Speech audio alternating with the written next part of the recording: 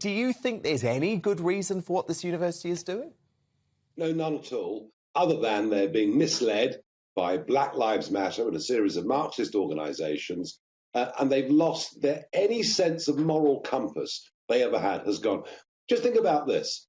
Perhaps the most famous speech of the last 60 years is Martin Luther King's, "I have a dream.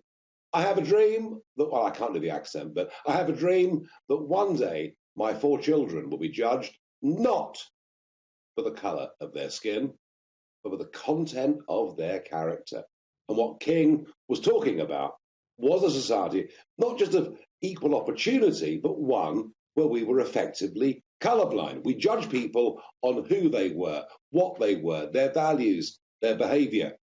Now what we see from the University of Westminster, but indeed in America, you've now actually got students on the day they get their degrees, the big day, and whether you wear a mortarboard or not is not the point, being segregated into black days, white days, Asian days. We're heading down the route of racial segregation. Why is this happening? I'll tell you why.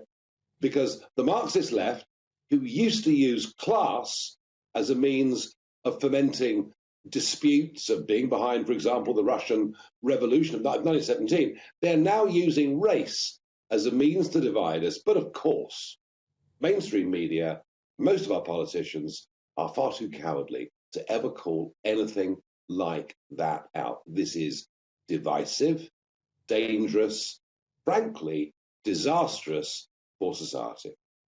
I totally agree. And Nigel, the issue is that actually, while you're right, politicians will ignore this because it's too much of a hot potato, ordinary folk just end up looking at something like Black History Month and rather than taking anything positive from it, start feeling turned off about it. And that's such a shame, isn't it? Because it's completely counterproductive.